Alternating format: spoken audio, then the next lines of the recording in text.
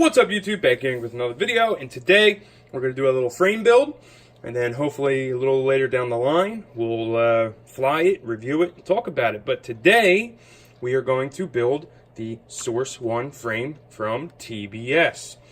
Now, I am not 100% brushed up on the whole story about this guy, but the basics from what I understand, it's an open source frame, so which means is many people put in their opinions and ideas on how to make this frame you know, up to the way that it is now. And I guess that as the people get better ideas and they fly it and they use it, they can update it and change it and get some better things. Now for me, the highlight of this frame, you know, the open source part is cool, and the point to that was to keep the price down. I paid $28. Yes, $28 for this frame, okay? And I've been playing with the parts and stuff and checking it out, and for $28 I'm extremely impressed on how they managed to figure that out for 28 bucks. But there you go. There should be no reason to buy a cheap frame off of anywhere else, because why? I mean, this can't be no worse than the cheap frames off. I've got 2 clone frames off Amazon, and both of them, the top plate snapped in no time, and all my other frames, no top plates are snapped. I mean, can't quite speak for this guy, but it can't be any worse than, you know, the cheap knockoff frames. So there you go, and it's not a knockoff frame. So Source One, 28 bucks, can't beat it, and it goes together pretty well. It should be a nice, easy build, and I think the point is to help people that are a little newer into the hobby get something a little cheaper, or, you know, if you're a little, you know, watching your cash, to get a well thought out frame for a good price. Okay, so we have our bottom plate here, and we can take a look. We've got a 3mm bottom plate. This is our brace plate that's going to hold the arms. We got 3mm on that, and the press nuts are already in the carbon, which I love because I feel like it's a pain in the ass. We got our top plate at 2mm, and I'm pretty sure we got 4mm arms at 4mm. So very, you know, standard, basic, run-of-the-mill. Should be durable enough. You get all the frame parts. You get a sticky pad that's custom cut. I already kind of did this. You had to knock out the holes here, all these little cutouts, but it's custom made. You know, it's just a little rubber gel pad. It's not like Uma Grip or anything, but it should help. You know, should be perfect for what you need. We got the 2 spots for battery straps right here. Now they look a little thin, but we'll see what I can sneak into there. 4 arms, just basic arms here. A couple holes at the back.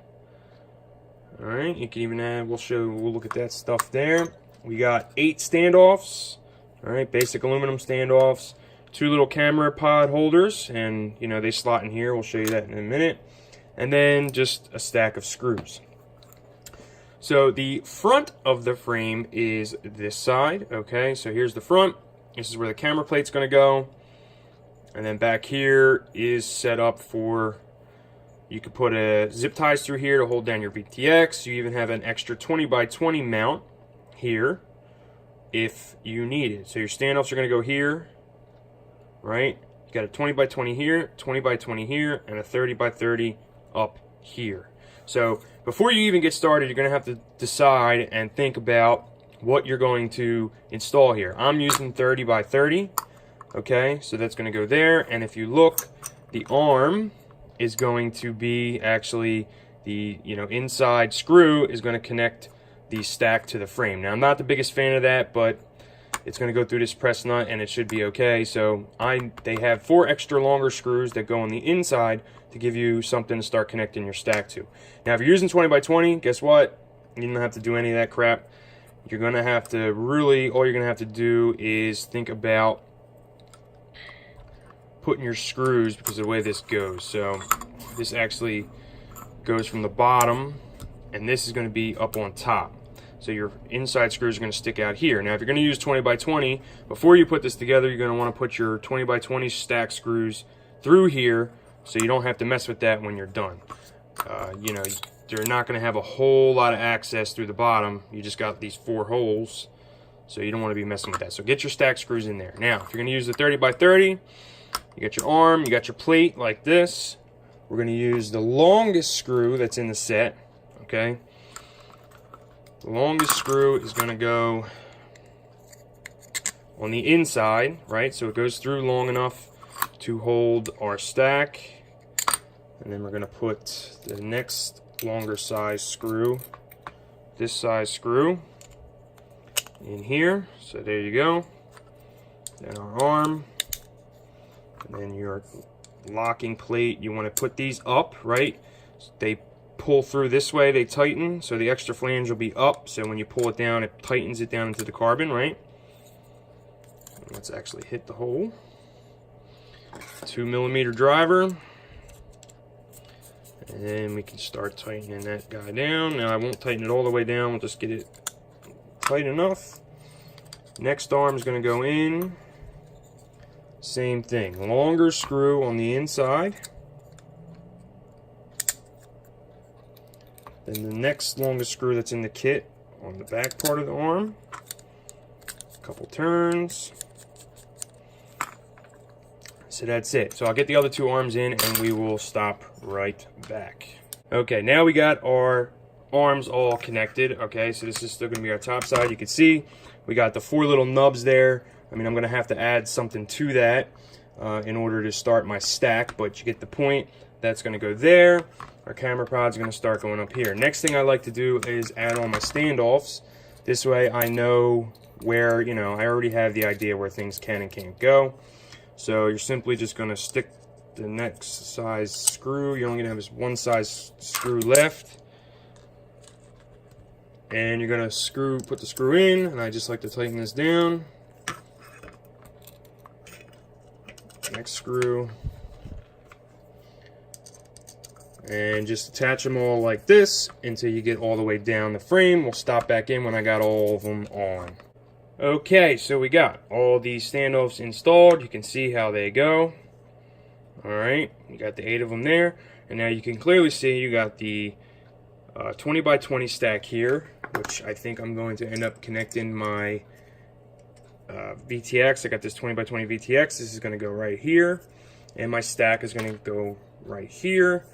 Now, next thing, we got our camera plates. You can see we got a single hole here. So they're going to go in like this, and with these slices kind of like that. I don't think this goes really the other direction. Well, I guess it does.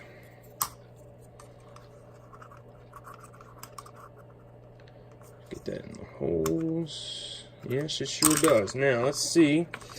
So basically, you can put this either direction. It ends up landing the same way.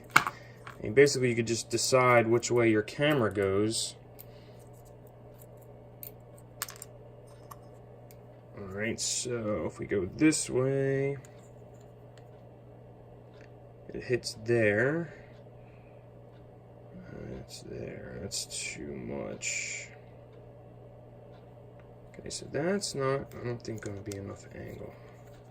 Okay, for my camera, I think this is going to be where it's at. It's going to go this way. So that gives me that full range like that. So let's do this. And remember, the single screw goes on the bottom, or the single tab goes on the bottom. Now I'm using here it's a micro camera with a full-size camera adapter piece on it. Okay, so this frame is set up for a full-size camera. So most of your mini cameras, they come with adapter plates now. So either you could use a mini like a Predator V3, or you can get a Rotor Riot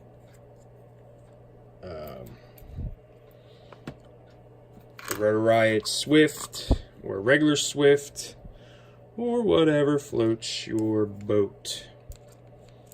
So we get this camera in here.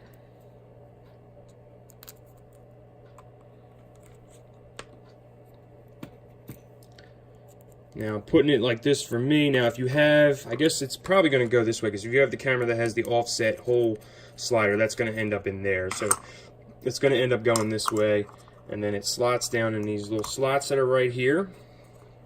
Okay, and then you can see we got that full range to tilt it, and it looks like it's sitting in a pretty good location. It might be a little back for me, but you get plenty of protection. You know, that's like I said, it's a micro eagle.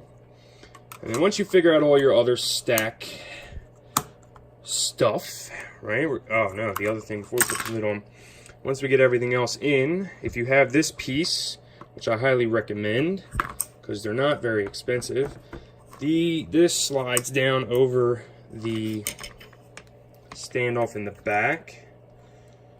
Let me center that a little.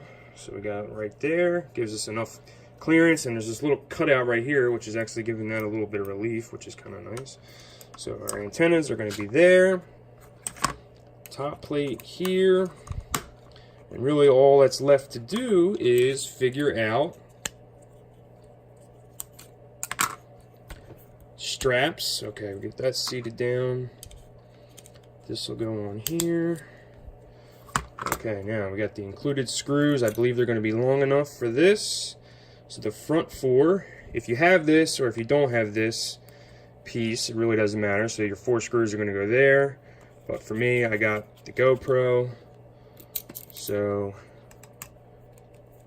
we're going to put them through here.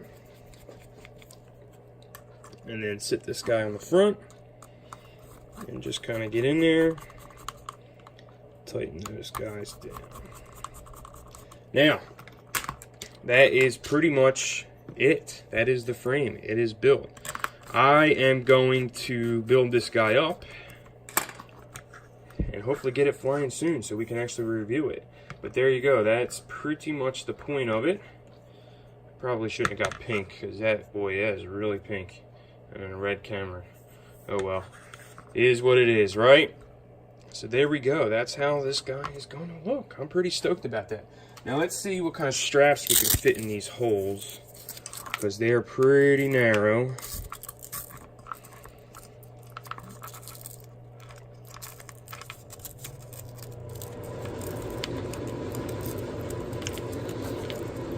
Alright, so it does get in there. It's very tight. So you're going to probably have to use a thinner strap that doesn't have a whole lot of thickness to it, like a newbie drone strap, which I really like.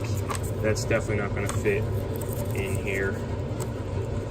But you don't necessarily have to go through the slots if you don't want.